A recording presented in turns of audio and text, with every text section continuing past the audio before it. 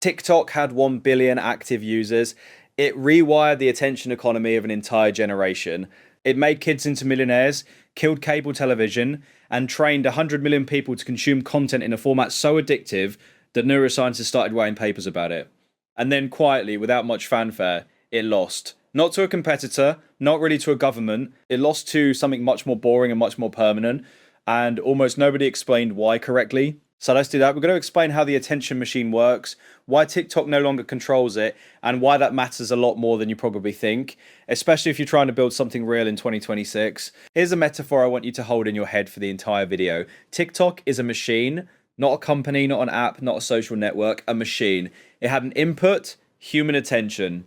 It had an output, advertiser dollars. And for about 4 years, it was the most efficient attention machine ever built. The problem with building the world's most efficient machine is that eventually someone reverse engineers it. And when that happens, you don't own the machine anymore. You just own the brand. And brands, as we'll get to, are worth a lot less than you think. Now, let me be clear about what I mean when I say TikTok lost the war. I'm not talking about the ban. The ban was the headline, not the story. In January of 2025, TikTok went dark in the United States. For about 19 hours, people downloaded Red Note in panic. Creators posted goodbye videos. The internet performed grief for about a weekend. Then TikTok came back and everyone said, okay, crisis averted. Let's move on. But here's the thing. The 19 hours of darkness was not the war. The war had been happening for 2 years before that, and TikTok was already losing it. The ban was just the moment everyone looked up and noticed. Let me explain what the actual war was. The attention machine runs on three things: distribution, algorithm quality, and creator loyalty. You need to get content in front of eyeballs. You need a system smart enough to predict which content keeps those eyeballs glued.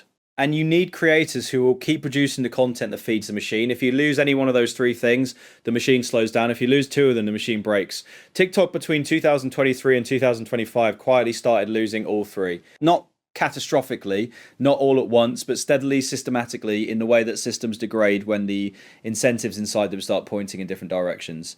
Let's start with distribution, because this is where most people get confused. Everyone thinks the threat to TikTok's distribution was the US government.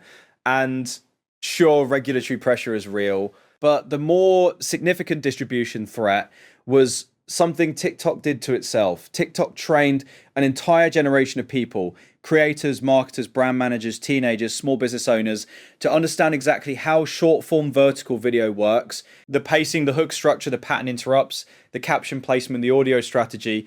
TikTok essentially ran a 3-4 year masterclass on attention engineering. And then every other platform took notes. YouTube Shorts went from a feature nobody used to something that now pulls in over 70 billion views per day. Instagram Reels reversed years of declining engagement among users under 25. Even LinkedIn, which is the beige wallpaper of the internet, started running vertical video. The format that TikTok invented and owned became the universal standard of online content, which sounds like a win. It is not a win. When your innovation becomes an industry standard, you lose the premium attached to being the only place that does it. You just become one of many machines running the same process. Now you might be thinking, okay, but TikTok still has the best algorithm. And look, to be fair, that was true for a long time. The For You page was genuinely remarkable. It could figure out your preferences faster than you could articulate them yourself. It was creepy in a useful way. But here's the problem. Algorithm quality is not a moat, it's a lead, and leads shrink. Google has spent billions of dollars on machine learning infrastructure. Meta has an advertising intelligence operation that is frankly terrifying in its precision. YouTube has years of watch time data on virtually every human being who's ever owned a smartphone. These companies were not going to sit back and let a Chinese-owned app out-algorithm them forever. By 2025, independent content testing, the kind where you post identical videos across platforms and track completion rates, saves, and shares, started showing something uncomfortable. The gap between TikTok's recommendation quality and everyone else's had narrowed significantly. Not closed, but narrowed. Enough to matter when your only real advantage is the quality of your machine and the quality gap is shrinking. You have a problem that marketing cannot solve. This brings me to creator loyalty, which is the third leg of the machine, and the one I find most interesting. If you're building anything in the creator economy, a brand, a product, a media business, pay attention to this part. Creators are not loyal to platforms. They never were. They are loyal to their audience and to their revenue. That's it. And for years, TikTok had a creator loyalty problem hiding in plain sight. The platform was extraordinary at growing audiences. It was genuinely terrible at monetizing them. The TikTok Creator Fund paid out fractions of a cent per 1,000 views. We're talking about a creator with 10 million followers making less in a month than a part-time barista. The math was insulting. and creators noticed. So what did they do? They stayed on TikTok for discovery because the algorithm was still the best growth engine available, but they built their real business elsewhere. Newsletter, YouTube, Substack, private community, product line. They used TikTok as the top of a funnel that they didn't own and redirected every monetizable action to a platform they did own, or at least one that paid them properly. This is where the machine metaphor gets interesting. TikTok built an input-output system. Attention goes in, revenue comes out. But the creators figured out how to reroute the output. They took the attention TikTok generated and sent it somewhere else before TikTok could convert it into ad revenue. So TikTok was running the most expensive part of the machine: the distribution, the servers, the algorithm, the moderation, and capturing less and less of the value it was producing. That is not a sustainable system. And here's a line I want you to remember for the rest of this video. A machine that generates value for everyone except itself is not a business, it's a utility. And utilities get regulated, commoditized, and eventually replaced by cheaper alternatives. If you're finding this useful, subscribe. I'm going to keep making videos that explain how these systems actually work, not how the press release says they work. One click. You want to be here for the next one. Now let's go one level deeper, because this is where it gets genuinely strange. The real story of TikTok's decline is not about bans or algorithms or creator economics.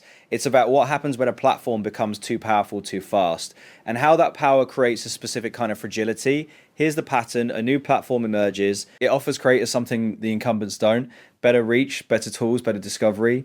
Creators flood in, users follow the creators, the platform scales rapidly, advertisers come in, revenue explodes. The platform raises its revenue share to itself and reduces what it pays creators. Creators stay because the audience is there, but they start hedging. They build presence elsewhere. The platform's ability to exclusively capture creator attention and therefore user attention starts to weaken. New platforms emerge offering better creator economics. The cycle repeats. TikTok didn't invent this cycle. YouTube went through it. Instagram went through it. Facebook went through a version of it so severe that an entire demographic left and never came back. But TikTok went through it faster than any platform before it, because it scaled faster than any platform before it. When you grow from 0 to 1 billion users in roughly 5 years, you also compress every other part of the cycle, including the decline phase. Let me give you a concrete example of what this looks like financially. Say you're a creator, you built an audience of 2 million followers on TikTok over about 18 months. You're posting consistently, your videos are getting between 200 and 800,000 views. By TikTok's monetization structure in 2024, you're adding somewhere between $400 and $1,200 a month from the platform directly. That's it. Meanwhile, a YouTube channel with the same size audience and similar engagement is earning somewhere between $3,000 and $9,000 a month from ad revenue alone, before memberships, sponsorships, or merchandise. Now you're a rational actor. What do? You keep posting on TikTok because the growth machine is still running. But you put every ounce of strategic energy into converting TikTok followers into YouTube subscribers, email list members, or product customers, because TikTok gives you attention, and attention without a monetization path is just vanity. The creators who understood this early, and I'm talking about people who figured this out in 2022 and 2023, are the ones who right now have diversified income streams, real audience ownership, and businesses that survived the ban scare completely intact. The creators who trusted the platform, built their entire identity around TikTok virality, and never built anything off-platform, are the ones who spent 19 hours in January of 2025 absolutely panicking. Two different mental models, two completely different outcomes. The machine rewarded one and punished the other, and the difference had nothing to do with talent, content quality, or work ethic. Here's comedic cutaway number one. Imagine a creator in January 2025, day one of the ban. They open their phone, TikTok is gone. They look at their YouTube channel, 800 subscribers. They look at their email list, does not exist. They look at their Substack, also does not exist. They look at their savings account, the vibe is also not great. They spend 6 hours on Rednote trying to figure out if Chinese social media is their pivot. It is not their pivot. It was never going to be their pivot. Okay, back to the machine. Here's the third escalation, and this one is the most counterintuitive thing I'm going to say in this video. TikTok losing is actually bad for most creators. Not good. Bad. I know that sounds wrong. If TikTok was underpaying creators and extracting attention without fair compensation, shouldn't creators celebrate its decline? Here's why that logic breaks down. TikTok's algorithm was the single most democratic distribution mechanism ever built. I'm using democratic in the literal sense. It did not heavily favor accounts with large existing followings. A creator with 0 followers posting a genuinely good video could reach 1 million people in 48 hours. That was real. It happened consistently, and it lowered the barrier to entry for building an audience to the lowest point in the history of the internet. When TikTok weakens, that mechanism weakens with it. And what fills the gap? Platforms where distribution is far more tied to existing follow accounts, paid promotion, or algorithmic favoritism towards established creators. YouTube Shorts algorithm, despite its growth, still heavily benefits channels that already have large subscriber bases. Instagram Reels favors accounts with high historical engagement rates. The incumbent platforms, even when they copy the short form format perfectly, cannot fully replicate TikTok's specific willingness to give unknown creators a shot. So what you actually lose when TikTok loses isn't a platform. You lose a particular kind of fairness in the attention market. And what replaces it is a distribution landscape that's more expensive, more competitive, and more favorable to people who are already winning, which is great if you're already winning. Less great if you're just starting. This is the second order effect that almost nobody is talking about. Everyone's focused on the first order story. TikTok bad, regulation comes, ban happens, platform suffers. Okay, fine. But the second order story is emerging creators in 2026 face a harder distribution environment than emerging creators in 2022 did. And the wealth concentration in the creator economy is going to accelerate as a result. The rich get richer, not because of some grand conspiracy, because the machine now favors them by default. Here's the mini case study. Let me make this concrete. Imagine two creators, call them A and B, both start building in 2022. Both have a genuine talent for content. Both work equally hard. Creator A treats TikTok as a distribution tool, not an identity. They post on TikTok 5 days a week. They also post on YouTube Shorts 3 days a week. They have an email newsletter with 3,000 subscribers they built by offering something free in exchange for an address. They have a simple digital product, a template, a guide, a course that sells for $47. By the end of 2023, they have 800,000 TikTok followers, 40,000 YouTube subscribers, and the newsletter is converting at roughly 2% per month. That's 60 paying customers a month on the digital product alone, $2,820 a month from one asset before any sponsorships or ad revenue. Creator B treats TikTok as the destination. They go all in, they post every day, they optimize obsessively for the For You page. By the end of 2023, they have 2.1 million TikTok followers. They're making $3,000 a month from the Creator Fund and doing occasional brand deals worth $1,200 to $2,000 each. Their entire income is platform dependent. They have no email list. They have a YouTube channel with 1,400 subscribers they never really invested in. January 2025, the ban hits. Creator A loses nothing structural. Their YouTube keeps running, their newsletter keeps running, their product page keeps running, their revenue is temporarily disrupted but recovers within 3 weeks. Creator B loses their primary distribution channel, their primary identity, and their primary income stream simultaneously. They spend 2 months trying to migrate their audience somewhere and finding that less than 4% of their 2.1 million TikTok followers actually follow them off the platform. Same talent, same work ethic, same years invested, different mental models of what they were actually building. Creator A was building a business that used TikTok as a channel. Creator B was building TikTok presence and calling it a business. The machine punished one and rewarded the other, and the machine did not care about fairness. The difference, by the way, in long-term asset value between those two creators is not small. Creator A has a business someone could theoretically acquire, license, or invest in. Creator B has a following count that exists on a platform they don't own, with a monetization structure they don't control, subject to bans, algorithm changes, and policy shifts they have zero influence over. That is not an asset. That is rented leverage at best and a dependency at worst. Here's comedic cutaway number 2.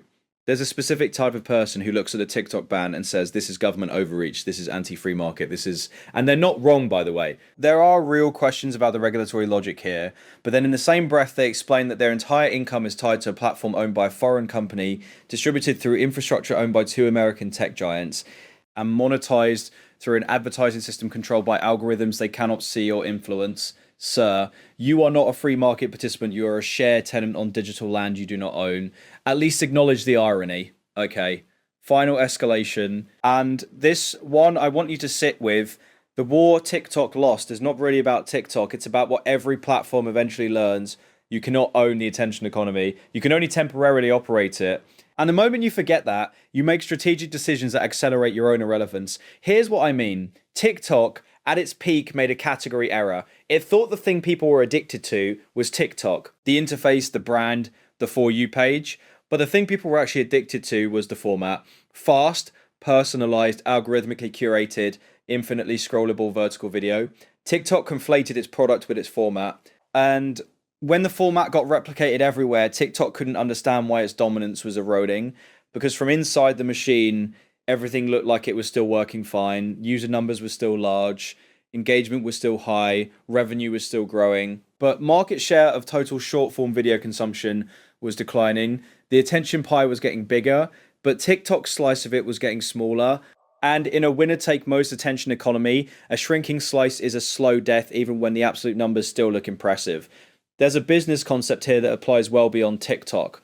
It's the difference between being a category creator and a category owner. TikTok was the category creator for algorithmic short form video. It built the format, proved the market, trained the audience, and developed the creator ecosystem. But it could not become the category owner because category ownership requires either a structural moat, something competitors literally cannot replicate, or a network effect so deep that switching costs become prohibitive. TikTok had a partial network effect.